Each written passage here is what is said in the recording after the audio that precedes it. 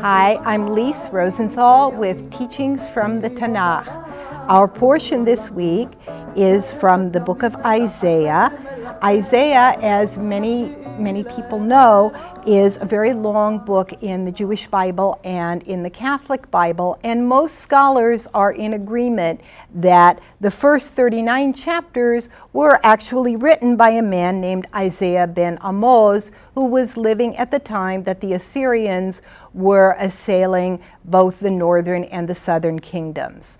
The later portions of the book of Isaiah were written by someone whose name may or may not have been also Isaiah, but he was living several centuries later during the time of the Babylonian captivity and perhaps lived to see the exiles return to Israel.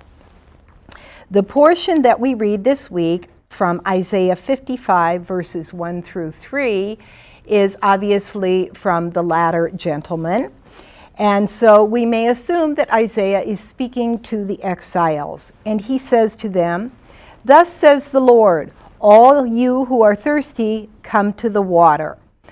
Now, water is normally held to be a metaphor for Torah. So Isaiah is saying, all of you who are experiencing spiritual malaise, what you need to do is go back to the Torah and to read our teachings. It also emphasizes that what is necessary for a good connection with God is not to be in the right place. They were mourning because they were not any longer in Jerusalem. It's not that it needs to be a particular time of day or a part of the year, a particular holiday. The only thing that ultimately is necessary for us to connect with God is our own perception of our neediness to connect with God.